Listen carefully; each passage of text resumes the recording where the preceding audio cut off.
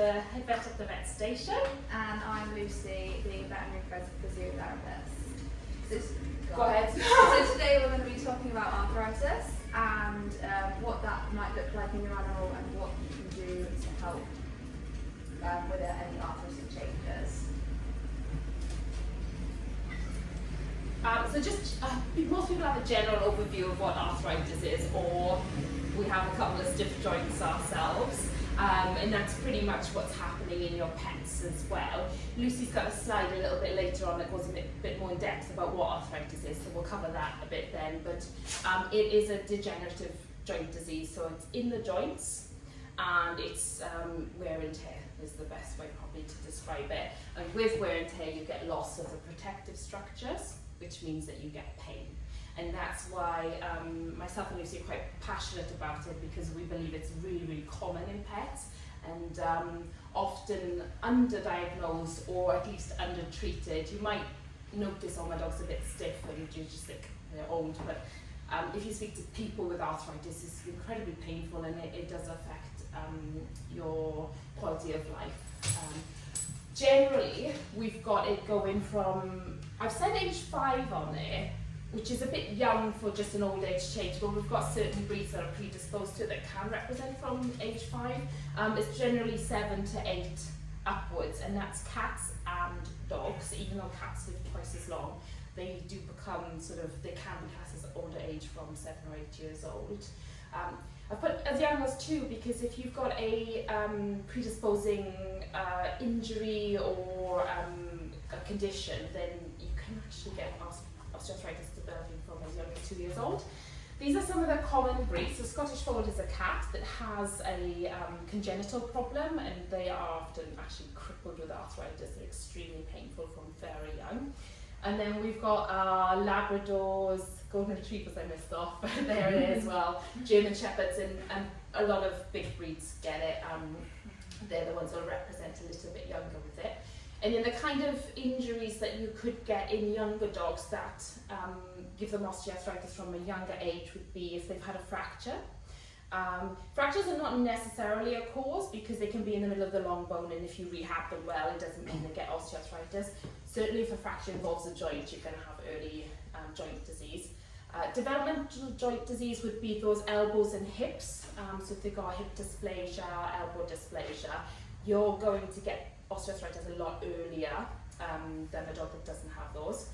Some dogs in their younger age, and actually we see this a lot more now, nutrition is involved. We've got a lot of rescues coming across, and we don't know their history, what they were fed as puppies, but if they don't have the right supplementations when they're younger, then their joints don't form properly and they can be predisposed for it.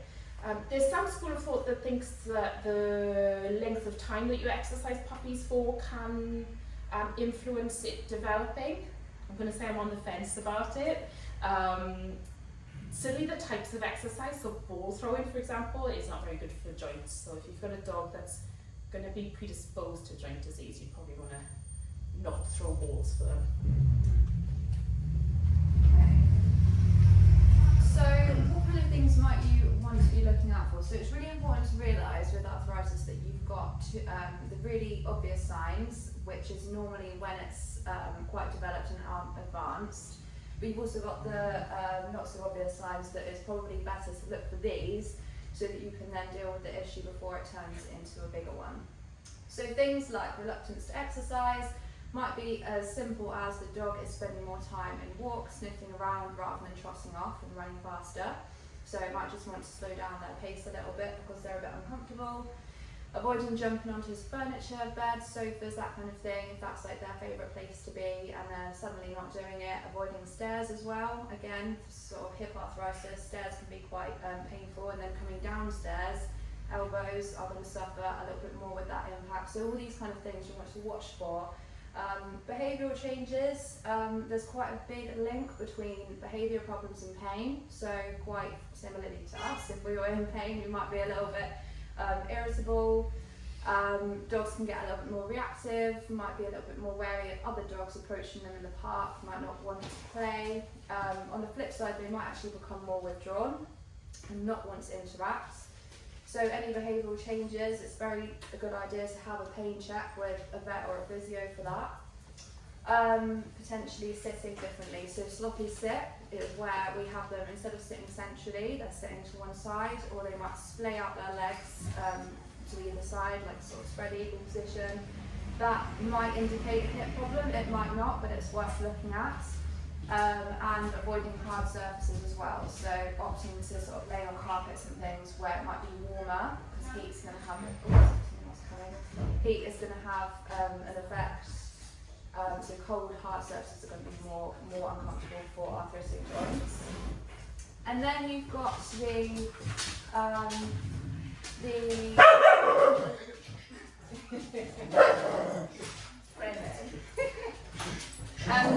and then you've got the more obvious signs, so that when your dog starts limping and becomes stiff, favouring the limb.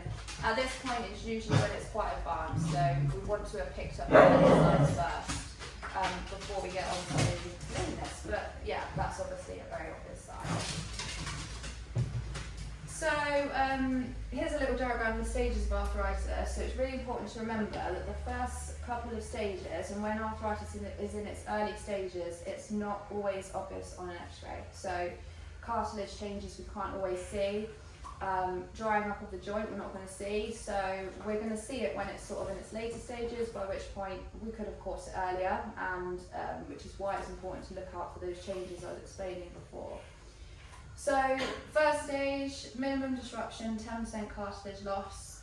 With this you also get drying up the joint. If you can imagine like WD-40 for joints, we have the synovial fluid. So that's a lubrication that's going to keep everything mobile, it's going to make sure it's moving smoothly through its full range of motion. That's going to start to dry up. That's going to cause the cartilage loss. So the cartilage is the white bit here on the end of the bone, and that's in the joint that causes, that's a soft, squidgy substance basically, to make sure that it's not going to be painful when they move. Then the joint space starts to narrow, so you get less space in here because the cartilage is breaking down and the body's going, we need to fix this, we need to send some bone cells over here. So this is going to be the formation of what we call osteophytes. And these are bone spurs, so they're like really pointy, spiky bits of bone that start growing in the insides here. And then obviously, if you can imagine, you try to bend your joint and you've got a load of pointy, sticky, spiky bone, that's going to be really painful. The formation of osteophytes then causes inflammation, which you can see on the far right with all that red. Joint space is really small now, and you've got inflammation and therefore pain. So that's sort of how it develops, and we really want to get to it before it gets to that stage 4 there. Before we get to this, I was just explaining to Lucy that's what I had in my shoulder, and apparently the bone spur was tiny, and they've since taken that off, and I get my wing wall down. Now I can move my arm. I couldn't do this before the surgery. So she got stuck here. Yeah, it's incredible. It was tiniest. She said it took ages to find it. So yeah, quite painful. Just shows, isn't it? Yeah, more empathy now for it. So given that we've got X-rays on there, but we can't always diagnose osteoarthritis from an X-ray because of those early stages. So what's really important to us in the diagnosis is signalment will be age and breed, and then history is going to include those signs that Lucy was mentioning. So reluctance to do certain movements, not quite as active as they used to be. A dog that might become irritable when it was not before, or might be seeking solitude instead of interacting with a family and with other dogs and being interested in walks. One thing I'll say though, and this comes up a lot, is that dogs will still go out for a walk and they will chase things, but dogs are very activity driven. If you throw them a ball, their mind goes ball chase, and they forget all about their joints and their pain. So they won't stop exercising if it's a fun activity. If they see a squirrel, they could have a leg hanging off, they're going to chase the squirrel. And then later they might think, oh, I'm a bit sore now. So you're more likely to see that they are sore and they sort of pay for that activity afterwards. It's very often mornings they struggle to rise, or you get that as they get up, and just a little tentative when they sit down, but they will still do activity. So that's what we're looking for in clinical presentation, and what I would do then in the consult room after discussing with you what maybe you've seen at home is feel the joints themselves. So we're going to, first of all, one of the biggest indications is loss of muscle, because whilst they can hide it and they can still do activities, they will be offloading their weight somewhere else, and that muscle will shrink. Often with arthritis, you've got bonier spines, bonier hips. That's quite easy to feel on pets. And then with particular joints, for example, if it's the knee joint, the quads will be a lot smaller, one side or both sides. So that's one way of doing it. We then check the range of motion of the joint. So a full range of motion of an elbow is this.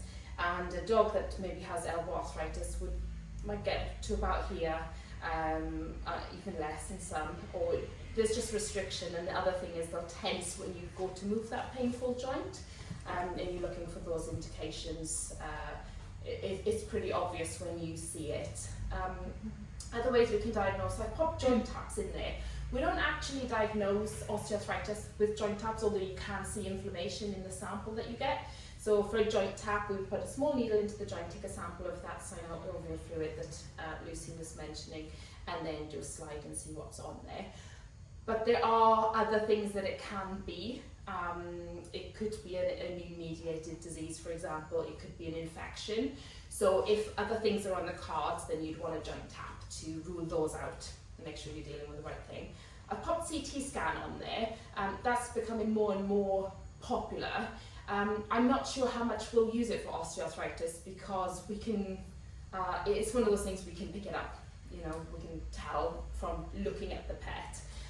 But if you are not sure, you want to see if something else is going on, you've got x-rays, but prior to x-rays, before it's really bad, you'd pick it up on a CT scan before you'd pick it up on an x-ray. So that's another way of diagnosing osteoarthritis. What about MRI? Do you do that? Yeah, we were just discussing that earlier.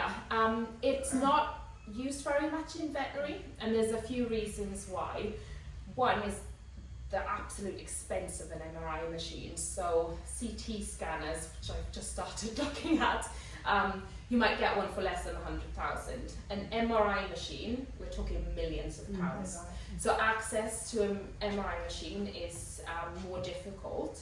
The other thing is it's something like £3,000 a month on electricity for an MRI machine. Yeah, very, very expensive. So in human healthcare, they don't have to anaesthetize their patients. They can go in, out, you know, they just run them through. Whereas it takes a lot longer for us. There's no way in hell you'll get a patient to stay still in one of those machines. CT scans are quick, so we can get away with sedation over anaesthesia. MRI scans are not quick, so we need to anaesthetize the patients. Noisy. And exactly. Incredibly Yes, noisy. yes. So there's a factor of availability on MRI, and the other thing is you would see what you needed to see on a CT scan. MRI is better for soft tissue. So my ACL actually was diagnosed with an MRI. Nerves is much better. Spinal cord. You, depending on what you're looking for. Epilepsy? MRI, yes, absolutely. I took one of mine always at Liverpool. Yes, for MRI. yes, exactly. So if it's brain, you have to have MRI over CT scan. A CT scan would pick up a tumour, but it might miss other things. So an MRI is better for them. Yeah. And you need a huge space for it as well. Yes.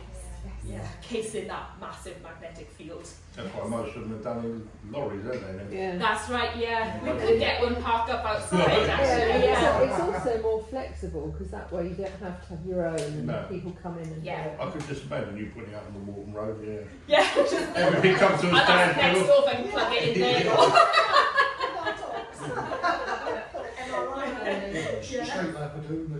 Yeah, absolutely. We could share it with the health service and do some dogs. Yeah, I'd love it if we could pop over to the hospital with our dogs and do it. When I ran a hospital, we did occasionally do the odd dog on an MRI. Really? Yeah. So we get the anaesthetist and Yes. the dog's anaesthetist vet Yeah. and our people in, and we do the I occasional. imagine they're so Yeah. back to back with MRIs now that I don't know if they'd squeeze us in, you know? Well, there's lots of downtime There is. because very Overnight. rarely. I mean, some places like Marsden will do them work Saturdays and things, but lots Yeah. of places don't do weekends Yeah. and evenings. So there is some downtime.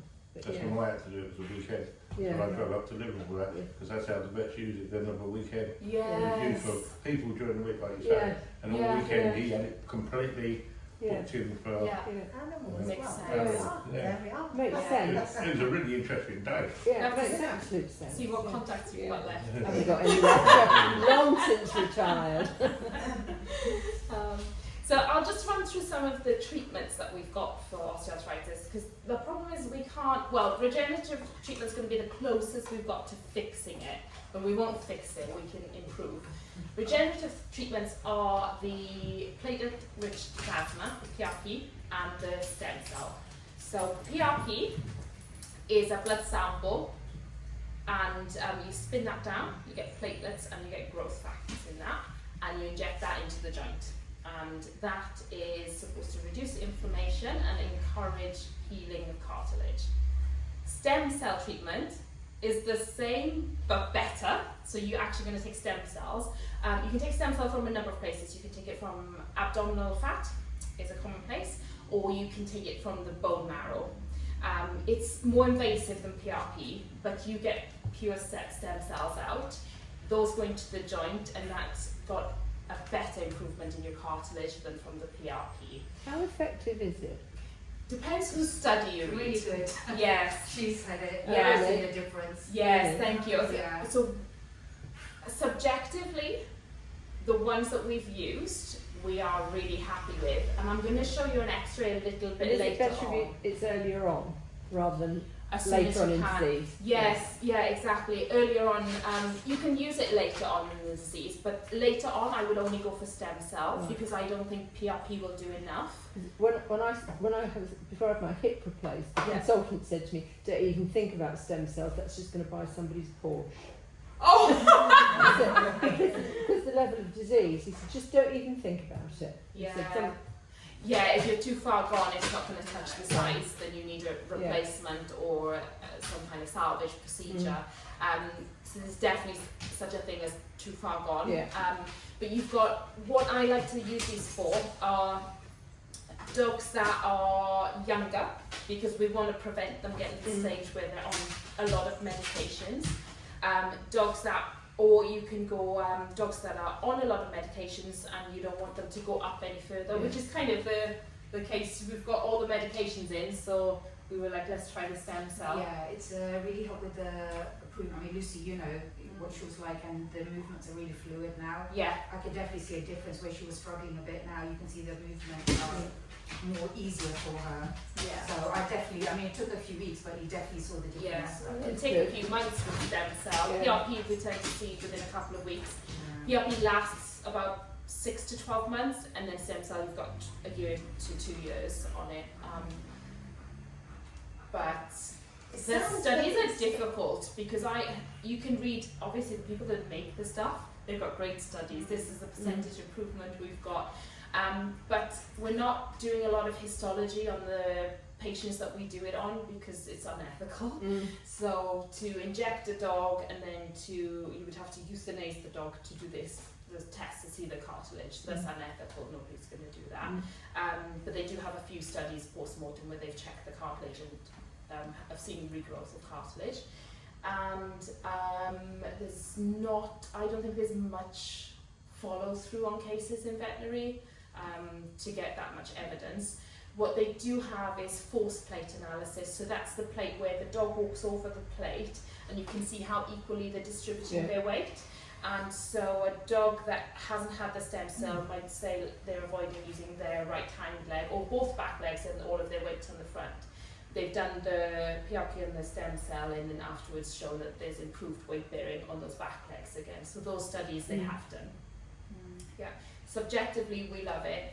One of the reasons that I do it is because it is really low risk.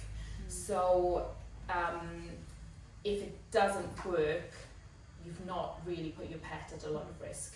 you're just asking the body to use its own properties basically to heal itself, and it's no foreign bodies in there, and it's definitely worth doing, isn't it? And I'm the same as you, seen really good results with it in a variety of cases. So It sounds like it might be expensive. Is it? How does it come in with other? Depends which treatments? one you choose. So PRP is about 500. Right. Stem cell is about 2,500. Yes, it's a lot. The kit's a lot more. Plus, you need the anaesthetic. It's the same equipment to spin the stuff down, so that's purchased already. But the kits are different prices and. Do you do this on people now? Is this a... You can. I'm actually looking at it for myself. I've had enough injuries. I don't think it's that widely available in the UK. It's normally only, there's some available in the NHS, but most of it's private. Yes. Hence, you're just funding somebody's poor. Can you do PRP on people? They use it in facials, you know. So regeneration of your skin, if you want to get rid of some wrinkles. I knew somebody that had it, or no, I think it was for stem cell, had it for their allergies for some reason. I don't know how that works, but she had it for a severe allergy. And they use it for lots of other things as well, for things like myeloma and stuff. You give people's own stem cells.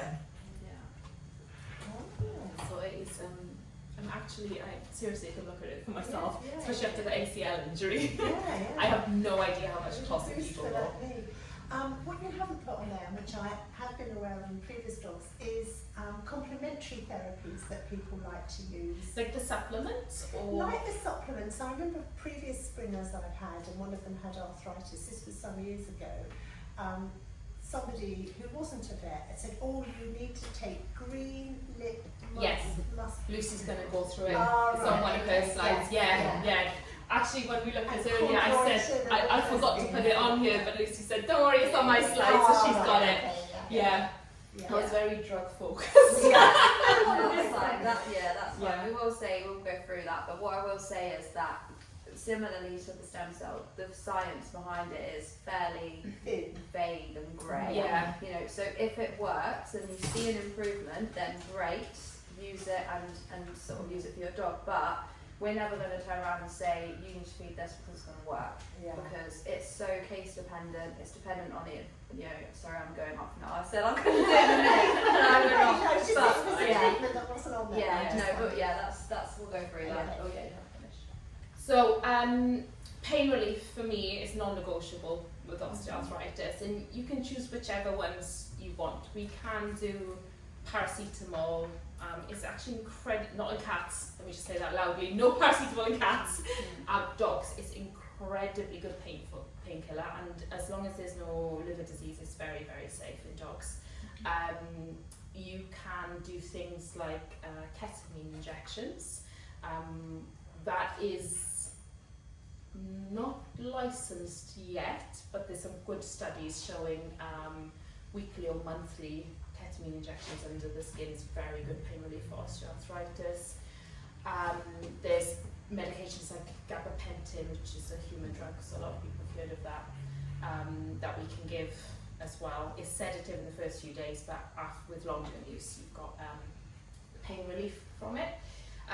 Anti-inflammatories are the best kind of pain relief for osteoarthritis because it is an inflammatory condition. So your anti-inflammatories that you might have heard of would be meloxicam, which comes in all different phases. What's the word? Carprofen. I was trying to think of the drug name. Carprofen's another one. There's one I really like for osteoarthritis. I find it a bit safer for the pets. Long-term is Galliprant. More expensive, obviously, but it's the best one for osteoarthritis. Monoclonal antibodies. These are the Librela for dogs and Silencia for cats. So these are incredibly good pain relief, not without side effects. So we're very careful on our selection for the patient for this. If you've got a pet that is crippled with arthritis, is a little older, and nothing else is touching the side, I will give you this medication for your pet. It'll change their life. it can have side effects, so we can get ataxia and we can get loss of control of the bladders with it. It is reversible when you stop the medication, which is why I'm happy to use it and try it, but we're a little careful with it. I actually think this is banned in humans, is that? I don't think they've got a license for it in humans. No, and it's because of the side effects. But again, people are way more sensitive to peeing themselves than a dog. So if you give a medication like that, yeah, but pain humans actually, but it wasn't good effects and stuff. yeah, I thought it had been tried. Yeah, so yeah, but it didn't. So they put it on the animals. Whereas, like I said, Roxy, she had the side effects. So she did. She's like, I think 6 weeks out of the library now, so it's the taxi and everything's getting It's better. resolving, Yeah, but it's Cherry's, just a water. Cherry's introduced me to the Librella Facebook group. Oh god, I can only imagine what's on there. Yeah, I must admit it's very interesting to read. Yeah. But yeah. So incredible medication, but very careful patient selection. I used it on my own dog, and I'm not much of a crier, but I was like in the field like, she's like a puppy again. And it made a huge difference. And for her last 6 months were a lot better for her. Acupuncture, I'm actually going to ask Lucy to describe how that works. She's better at that than me, but this is a great one for pain relief without adding drugs. It's sort of along the lines of the regenerative therapy I like because it's treatment without adding drugs. Acupuncture works similarly, and we're going to start offering that from June. Yes, we'll have that here from June. Will you describe? Yes, so obviously we're inserting needles into what we call acupoints, which are in Chinese medicine, again, fairly vague, but with the acupoints they're fairly vague, but when we're inserting them, we are having an effect on neural pathways. So we're essentially waking up nerve fibres, muscle fibres, and then with that we want to get increased blood flow, which means we're going to have more oxygen, nutrients flooding to the area of the inserted needle, and then with the increased blood flow you then will also increase removal of toxins. So it's going to help with the muscle tension caused by arthritis. It's going to help to bring blood flow. It's not going to actually do anything to the joint, and as far as I'm aware with acupuncture we don't actually insert them into joints. It's going to be in muscular points, yeah. So you are working the area around the joint, but it's not going to have an actual effect on the arthritis. It's going to help with the compensatory side effects of arthritis, so muscle tension basically. And then the last one on the treatment is surgery, which unless there's an injury or something here, that's your salvage procedure. So you can have tarsus joint, which is your ankle, just like this in the dog. If that is just no good anymore, we get a lot of collapse, a lot of pain, we'll actually fuse that joint. Hip surgeries, there's a couple of things. You can have hip replacements in dogs and cats, although there's patient selection involved in that. It's not suitable for everyone. Or you can actually remove the painful part, which I've got some x-rays later to show you. But surgery we do if necessary. It's more a last line. But I would do them because it removes pain. Yeah. Yeah, I was say, so I was actually asking Lucy about this. There's something I was reading about, like the steroid injections in the spine. I don't know the epidural kind of. Is that anything that would help? I'm not sure how long term it is. So you can always do steroid injections in joints, but again, really carefully, because they're not benign, and they don't last that long. Okay. And the other thing to mention, the minute you do start putting anything into a joint, you are opening up and interfering. So you are then actually going to have an effect of increased arthritis in the long run. So with any kind of insertion or any surgery, anything like that. So I would say that steroids into a joint would be up there with the surgeries in that they are a last resort, and we sort of go with management first. Yeah, and it's just, I mean, there's a lot in humans, but we have a lot of, bursa inflammation, that kind of thing, and steroid works incredibly well for that kind of thing, but that's not what we're treating with osteoarthritis. There's damage. Yeah, it's good for bursitis and things Exactly, like that. exactly. It would work amazingly for bursitis, but with arthritis, you've got long-term damage in there, and it can actually increased degradation of a joint when you put a steroid in. So you just need to be very careful what you're choosing it for. Okay, so how can physiotherapy help? So basically the first thing your physio is going to do is assess the animal. So they're going to look at the animal statically, they're going to see if the animal is offloading one limb, and if there's any muscle atrophy. They're going to look at the animal symmetrically, compare left and right, and that's going to give us a really good idea of where the problems might be. They're then going to have a look at the animal trotting and walking and see if there's any favouring of one limb. And then, so once we've done this and we've done a palpation assessment, so having a feel and a range of motion assessment, we can then work out exactly where the problems lie, which makes everything easier for the owner, so we can make sure the owners are aware and treating the right areas. When I give homework and things, we can target homework properly. Obviously that's going to help with the physio treatment as well in the clinic, because that's really, really important. Physio might talk to you about management at home, which is actually really, really important, and actually thinking about environment, so slippery floors. We want to make sure with an arthritic joint that we're trying to keep the both limbs what I call on the train track, okay, so in the midline of the animal. The minute we start coming out, abducting the limbs, we run the risk of causing inflammatory flare-ups in joints, okay, so we want to try and keep in the midline of the animal, just literally to avoid inflammatory flare-ups. Raised food bowls can be really beneficial for those animals that might have elbow or shoulder arthritis. So if you can imagine, I mean, dogs typically 60% forelimb weight bearing, 40% hindlimb weight bearing, so they're already putting extra weight through their elbows and shoulders. So if we raise the food bowl, we're naturally going to take the weight up, the head comes up, so the weight goes onto those back legs, and that's going to avoid pressure on elbows and shoulders. Okay, so similarly, type of restraint that we're walking them in, quite often we'll have bored. Quite often we'll have dogs pulling. Yeah, I'm sure you guys have had dogs that pull through the collar. Again, we can try and look at what restraint we're walking them in, because we want to avoid forelimb. We want to discourage that 60-40 ratio and try and encourage more hindlimb weight bearing, so we can avoid elbow and shoulder strain. So things like a halter collar, which when used correctly can just lift up the head, increase, basically lift the head and make the posture more hindlimb weight borne. So we might look at that. There was actually a study as well to prove that as well. I think they compared collars, harnesses and halter collars, and the halter collars have the most caudal weight bearing. Weight and nutrition, which to be fair could be a whole nother lecture. Absolutely. But yeah, one of the biggest things So that we many have overweight dogs. Yeah, this is what So we've seen. many. Cats as well. Cats, yeah, I mean, I'm guilty of that actually, but my cat's a little bit fat at the moment. But yeah, it's really important, because the more weight we've got going down the joint, the limbs, the more strain the joints are going to be under, the quicker we're probably going to see progression. We were once told with a previous dog who had a back problem.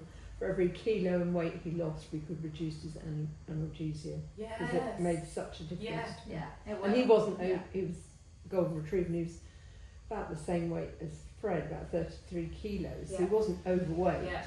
but we had to get him down to. Keeping them on the Yeah. skinnier side. Yeah. Yeah. It really is quite amazing the difference that you can see with weight. So that is really important.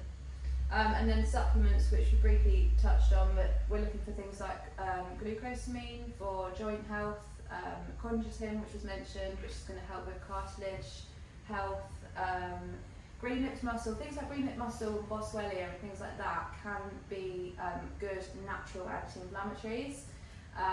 But again, nothing's going to necessarily fix your dog. But there are a few joint supplements, so Cinequin, which I think we sell here, Ulube is quite a good one as well.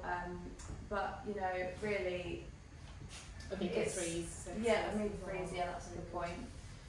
But yeah, I think really it's case dependent, and it is kind of a case of trial and error, because these are safe to feed. It's okay to try this, try a supplement, see if you've seen improvement. If you don't, then try a different one. But again, yeah, grey area around the science of supplements, definitely. So I run my dogs in all from 6 months old. I've always done it. So mine are on what you said, the coast bed and all that. Yeah. So I do it religiously from 6 months old right through life. Yeah. So before these dogs, I had 6 German Shepherds, and they all got to 13 and a half, That's good. and I had not a single Yeah. issue. And all I done was run religiously every day, 25 ml a day in their food, and it went through their whole life and that. And I use the same technology that the horse world use. Yeah. So I use what the horse world use, the stuff of the horse world, and I still do it in the shop to this day, the horse world one. Obviously you move and all them wasn't on the market when I started 30 years ago. And Yeah. absolutely They're all the same brilliant. thing Yeah. anyway. Exactly. absolutely brilliant. Yeah. Do you Absolutely brilliant. Do you see more of a problem now that more people have SUVs, so the dogs are jumping Good more point. up and down in and out of cars? I do personally. Considered it. I You see- put- I you see- put more pressure on the higher the vehicles like that. Yeah. You see them into And I see a lot of dogs that Range Rovers and whatever. Yeah, you are, gotta put more are pressure. wary about jumping into Yeah. cars. This is really big, the wariness, Yeah. and we've often found hip pain. Yeah. When we- someone's we come in and said the collapsible dog won't jump steps. in the... Yeah. For us to I walk think up into ramp them. or collapsible Yeah, steps, yeah. just even if They didn't the dog like the doesn't ramp have very it, much, I but we would- got some Yeah, really my good- dog would not go up the We've got ramp. some- we've got a really No. lightweight collapsible steps Yeah. now. If you think but about these it, are what the you ones just that said, are there's more so people easy. who use SUVs now. Yeah. And I see it all the time at car park work, they all jump They in jump and in, jump out. jump out. And jumping yeah. out, and they're not thinking of it, they're just thinking of their Yeah. nice car they bought. Yeah. But you're putting a lot to ask the dog to certain breeds, anyway, not all of them. Yeah. certain Once breeds. the arthritis starts, then it will certainly cause a problem Yeah. for them getting in and out.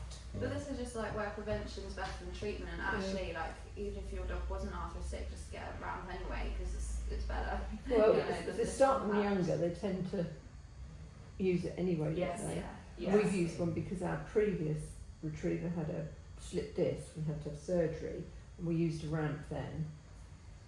This one didn't like the ramp, so from puppy, so we actually got these very lightweight collapsible Mm. steps, and he's fine. Up and Yeah. down it. There's Yeah. loads And of even the them on cocker market. spaniel does it. She's Yeah.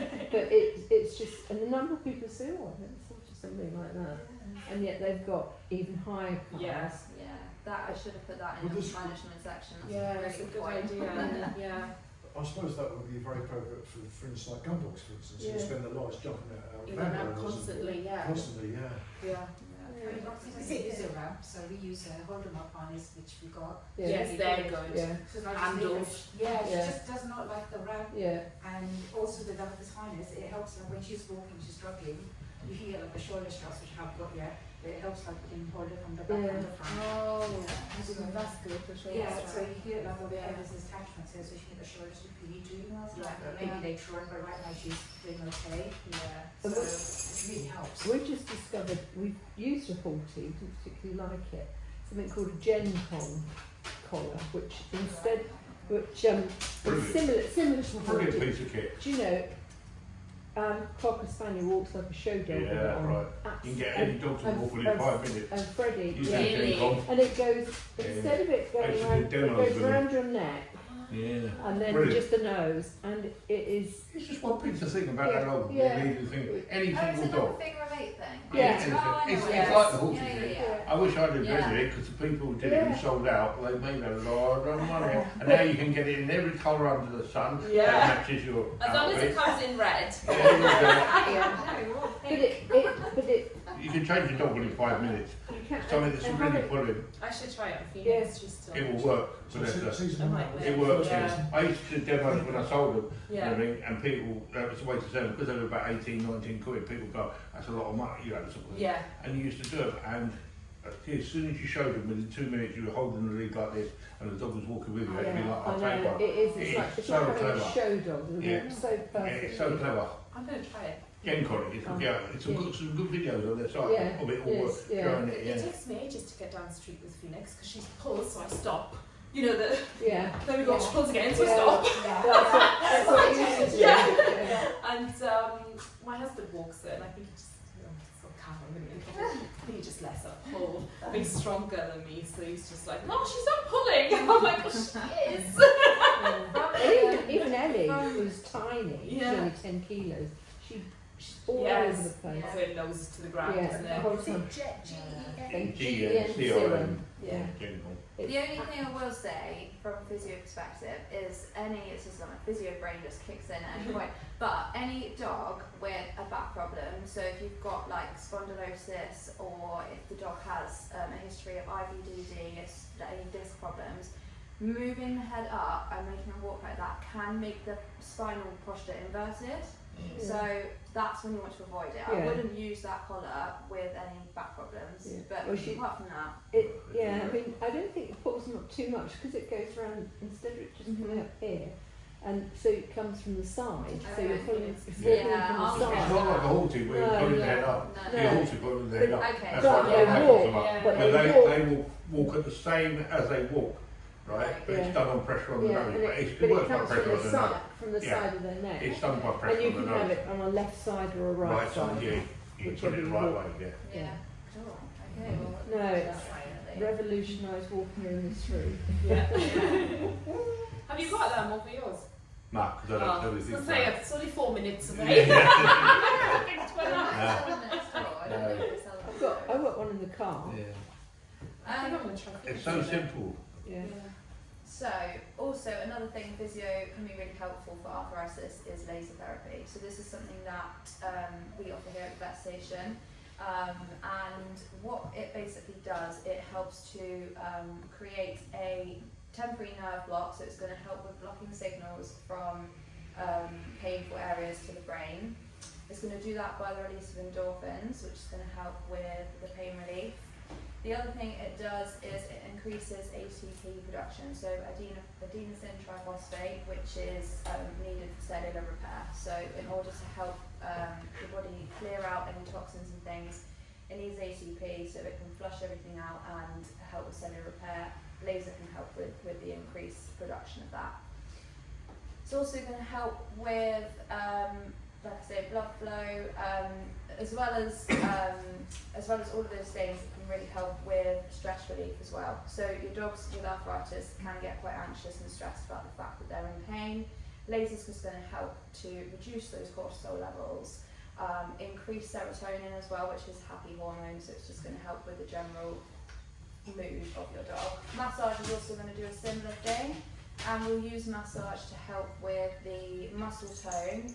The muscle tone in atrophied areas. So muscle tone is going to be decreased in areas that aren't being used. So say for example your dog has left hip arthritis, left glute and hamstring might be atrophied, so muscle like wasted. We can do percussive massage, so this is things like propping and cupping, which is going to wake up nerve fibres and increase muscle tone, so that can be really helpful.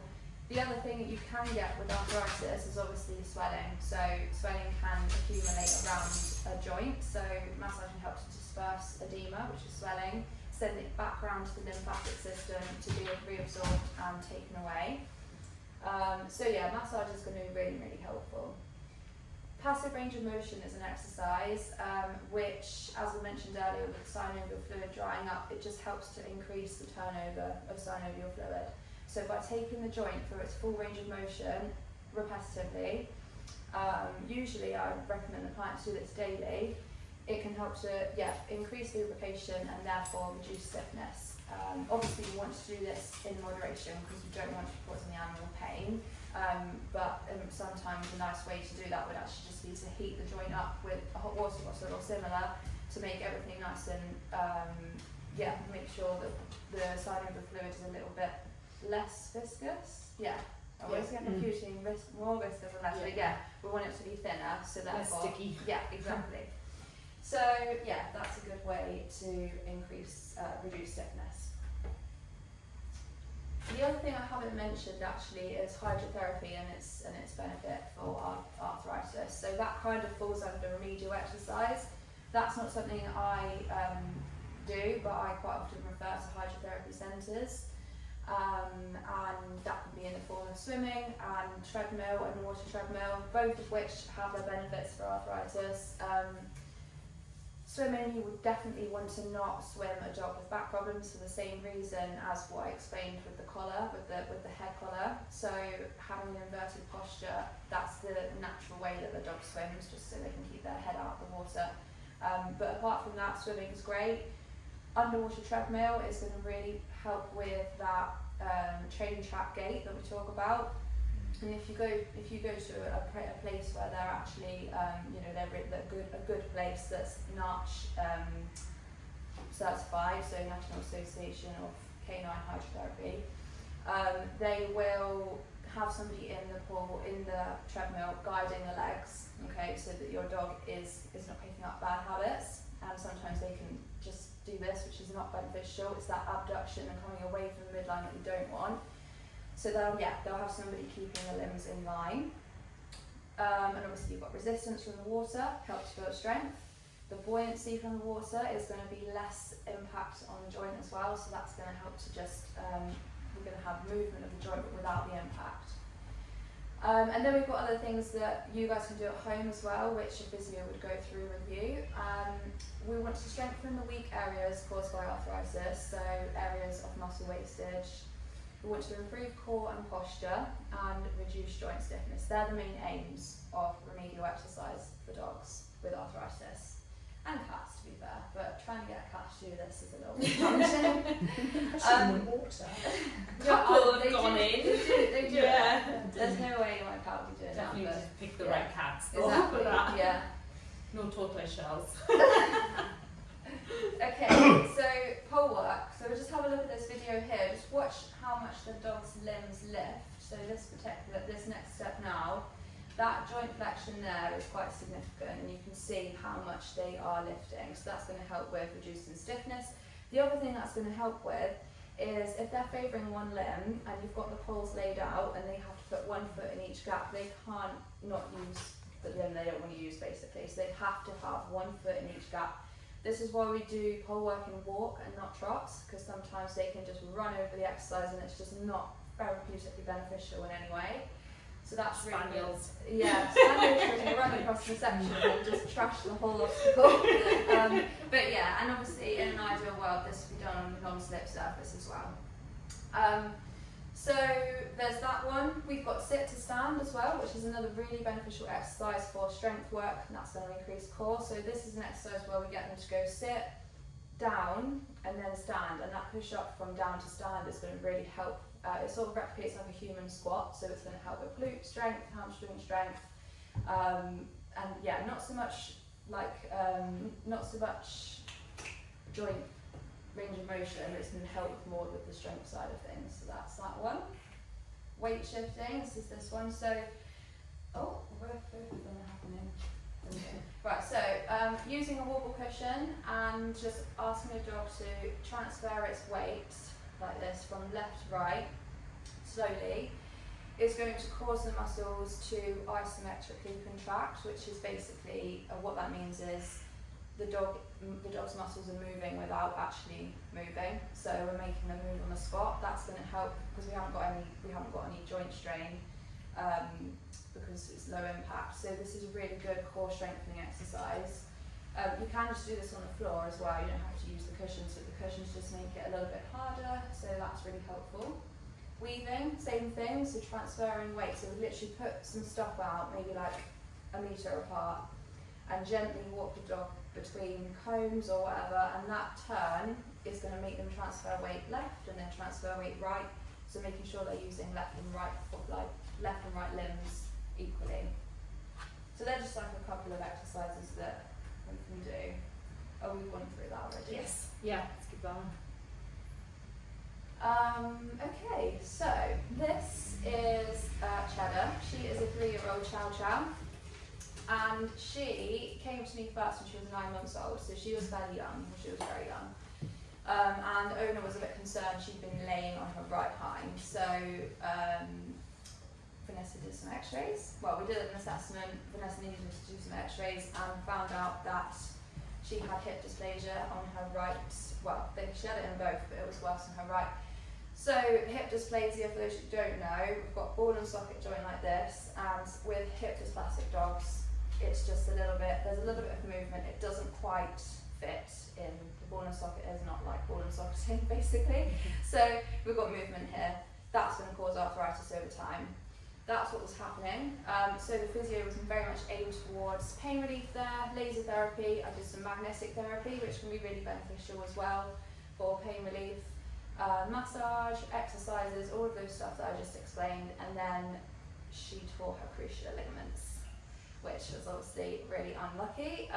But that happened in Imagine both. it was predisposed. Yeah, I think so. You often get both together. You do, yeah. So I think she did one first and then the other. But anyway, she had to have a surgery for that. So went back to Vanessa, had those. I think they were about 6 months or three or 6 months apart or something. Yeah. And then we were then doing physio post-op, which is a little bit different to arthritic physio, but it's more about stimulating healing and bringing the laser onto a lower setting. So we rehabbed her from that, and now she has OA in obviously both hips, right worse than left, and both knees. Right worse than left again.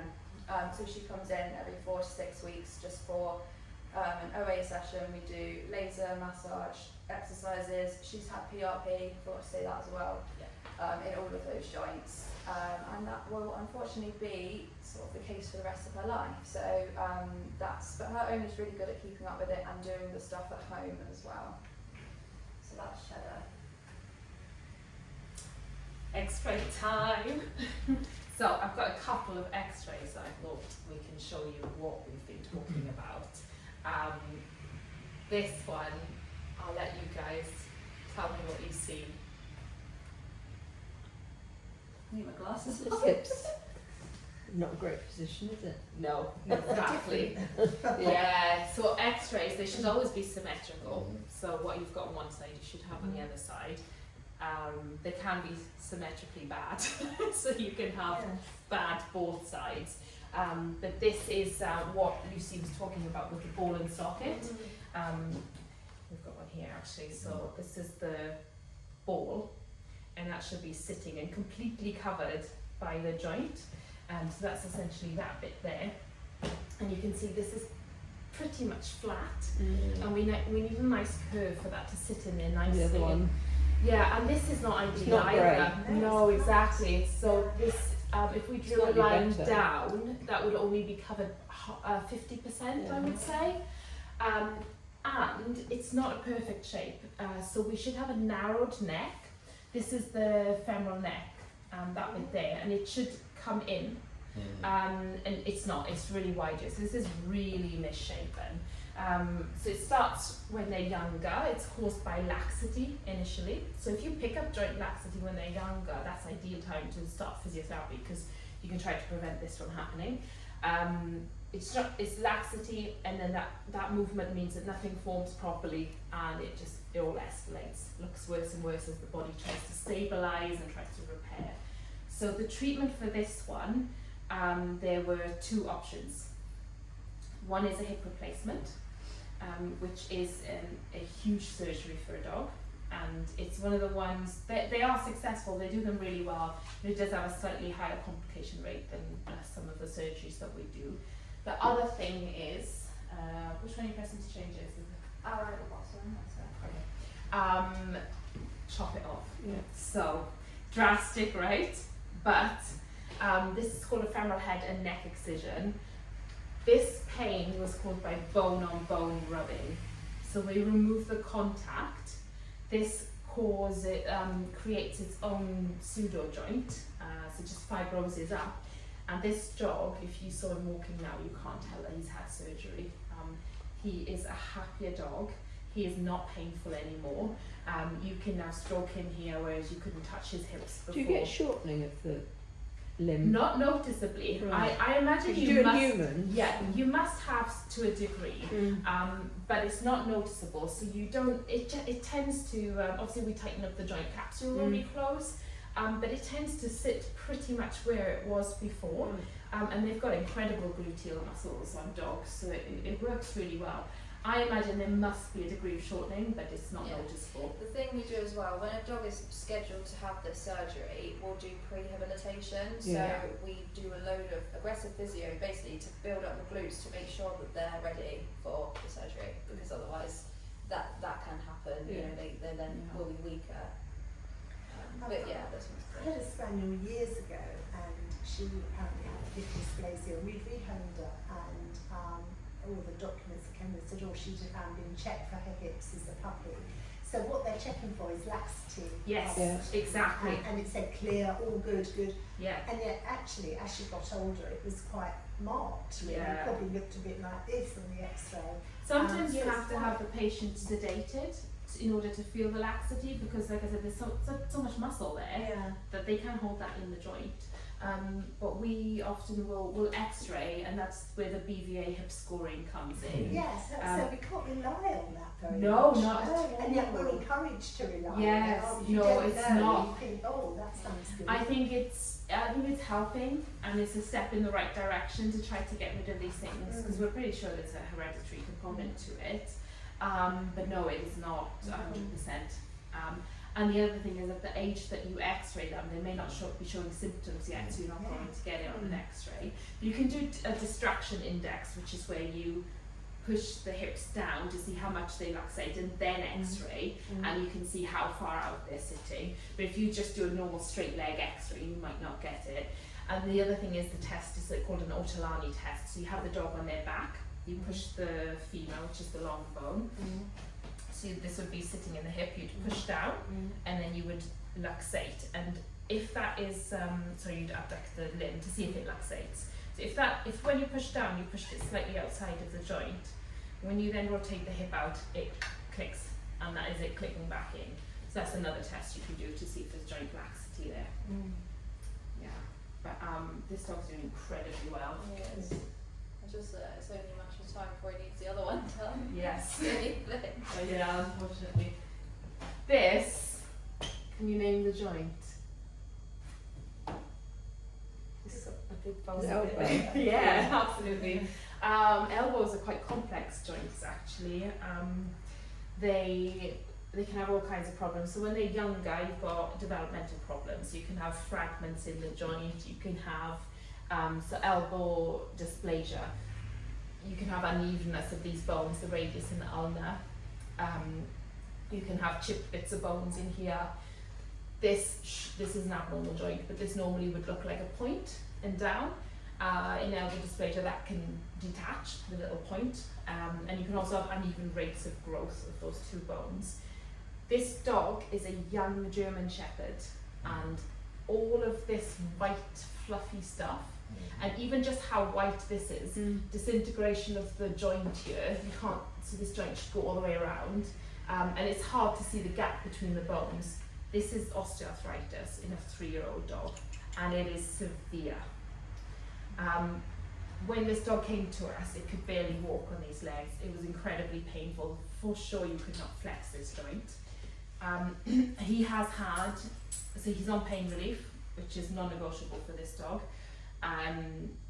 He is on physio how often now? He only comes in once a month. Once a month, But whereas it he was started weekly. off weekly, yeah.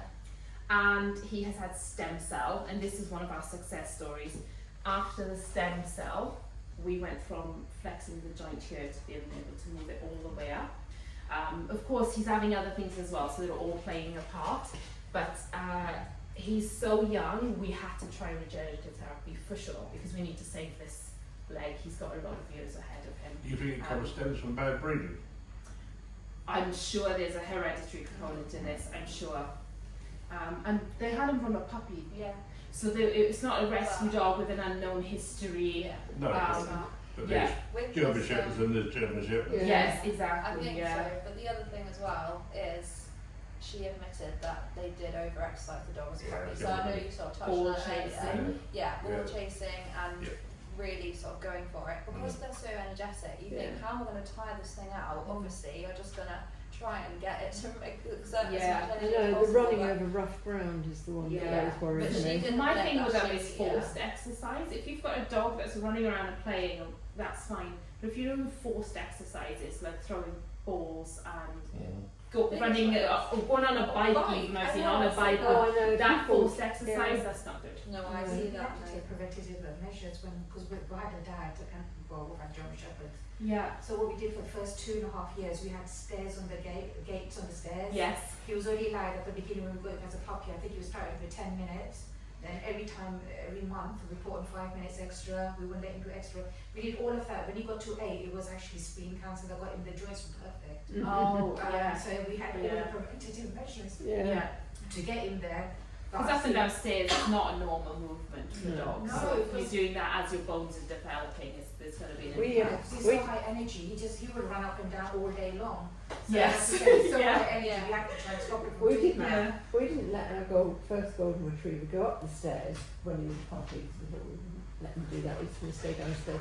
And then we realised that he had to do stairs occasionally, because you took him to work, the lift didn't go all the way up, and he wouldn't go up and we had to carry him up. So I spent a whole weekend sitting on the top of the stairs with him. He'd go up, but he wouldn't go down. Yeah. With him on my lap, clutching hold of me and bumping down the stairs with him until he eventually came down the stairs. Yeah. Do you think the Kennel Club are responsible for all this, all these elements in dogs? Because they do enforce. There's a lot of things. Yeah. The kennel clubs do. That I could say. Yeah. Yeah. I'd agree there. Yeah. I mean, breed standards Yeah. Yeah. Yeah. in particular cases are horrendous. Yeah. So, well, they had to revert on some of the German Shepherds now. I mean, Crufts, it was getting ridiculous. It was a ski slope.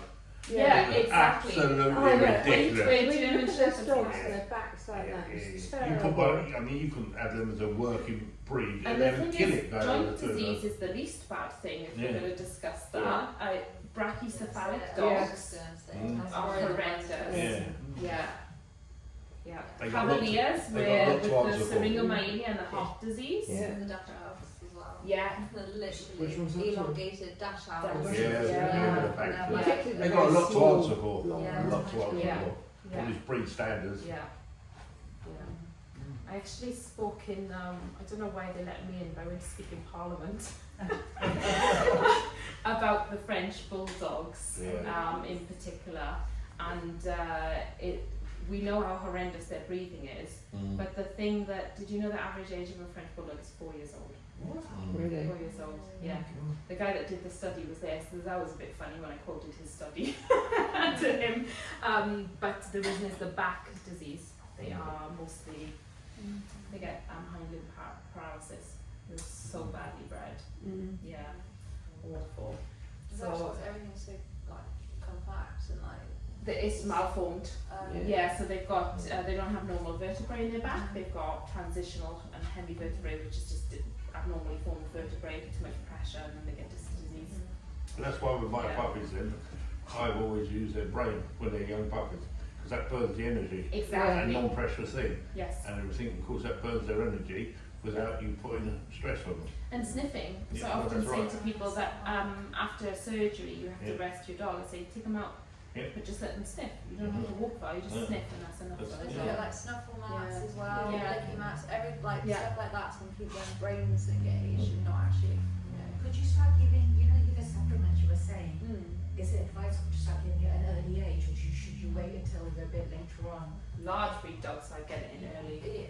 Yeah. Yeah. Anything with a predisposition for joint disease. Because for her dad, we were giving it at a year old, but we weren't sure whether it was too early to give to him or not. Well, actually, you want their puppy development to be right, so you need calcium and phosphate and So things it's like worth that. putting in those extra supplements. Yeah.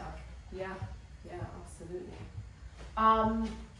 This is another example of hip dysplasia, which is, this is my friend's dog, a German Shepherd, and at some point this dog's getting surgery because she's 3 or 4 years old now, I think, and the thing that's most obvious by here, I think these look like mushrooms, the top of these, this should be round, so they're really badly formed. There's no femoral neck here, there's no, narrowing, horrible joints. Do you ever do resurfacing of joints? No, how what Andy Murray had, right? With Yeah. his hips. Yeah. That would take away pain. Yeah. Not now. Actually, I actually think Fitzpatrick might have tried it. Yeah. and I'm not sure the success rate on Right. it, but Nephew had it done. And one of the reasons they did it was they said they didn't want to replace his hip because he was only 35. yes, exactly. And he probably had a slightly malformed hip anyway, which nobody knew about at the Yeah. time. But he had resurfacing of his hips. Yeah, so I wonder if it's the same etiology in humans as it is in dogs, because most of these are really badly shapen. Yeah, So I don't know if Joe's the is slightly resurfacing would work. badly shapen, so they just sort of Rubbing. rub it and Yeah. moulded it till it was the right shape. Yeah. I've had my femoral neck reshaped. Really? Yeah. They still have it. I had mine replaced, it's a doddle. Well, exactly. They said to me, "You're too young for a replacement, Yeah. so we'll just do a bit of Yeah, shaving down." So that's that one. This is quite subtle. This is a dog with cruciate ligament disease, and he's actually almost 11 years old. This is really, really subtle, this x-ray. Little pointy thing. This is the kneecap, the patella. You can just see a tiny, tiny little osteophyte there, and there's a couple of little divots in these bones. This should be flat, and just a little one there. And then this is the fibella. This is normal bone, but you can just see a little osteophyte there as well. And then what we look at is a triangle, and this should be all black because that should just be synovial fluid. But if there's an effusion, it pushes out the fat pad that's in the knee, and you can just see. Can you tell it from where you are? Mhm. Yeah, just like a little white shadow. Yeah, That's I the do. fat pad getting pushed forwards. So he had ruptured his cruciate ligament and needed surgery. So I'm going to show you the X-ray post-surgery so you can see what we do. So people, we take a graft and we give them a new cruciate ligament. That's 5 months now, that might. Doesn't work with dogs, and honestly, the rehab I'm doing, I understand why, because it takes too long. No dog's going to do that. So we actually just reshape the joint, and the way I look at it is, if something's on a slope, so you've got the femur's the ball on the slope, the femur's the top bone, and the cruciate ligament is the break. So instead of replacing the break we broke, we take away the slope, so it's flat. Well, So- before we did knee replacements in humans, we used to do reshape the joint. We just cut a wedge out, so you just resit it. Yes, we do that. The tibial tuberosity. Yeah. Advancement. Yeah. Yes. Yeah. Apparently, humans don't like their knees sticking out. No. Well, it was really interesting because Penny had really bad arthritis in her knee because she had a ligament when she was a kid. And then when our golden retriever was 10 months old, he took her out and broke her leg. And she fractured a tibial plateau. And when she went back after a rehab, and she said, well, it feels better than it did before because she had it fixed. He said, well, in the olden days, I'd have cut a piece out of your leg, but your dog did it for you, so... so she didn't need a knee replacement. Brilliant. But that's sort of, just reshaping it so you don't get the same... Exactly. So So you just just alter change the the mechanics physics on the don't you? joint. Yeah. This dog, he's we did some PRP while we were there because once you've got an injury, there's osteoarthritis is coming, and it's an older Labrador, so there's arthritis. We did the hips as well because if you've got a Labrador, and you're going to do hips, knees, sometimes elbows, and sometimes shoulders. But yeah, there's very much time linked to this one. But, yeah. Can I just ask you about that cruciate ligament, because I had some springs before. Yes. Years ago, and one of the bitch actually is dropping a bitch, and she tore her cruciate ligaments. And one of the things when I was reading up about it, there was a paper I found that was discussing the impact of having a spade and the impact that has on joints.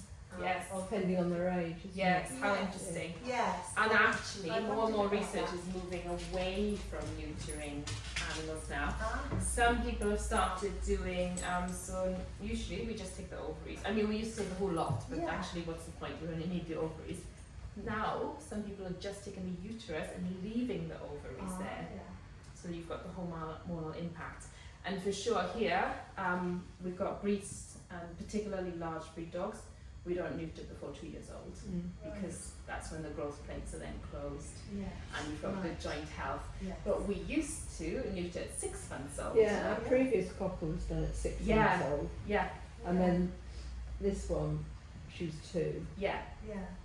So with them a bit longer. yes, absolutely. And has that had any impact on their ovaries when they're older? I mean, are they getting So this is tumours what- on their ovaries or something? There's a chance, yeah, absolutely. But actually, I don't know how much you can take from people, but you know, having estrogen in women prevents you from getting cancers, right? Yeah.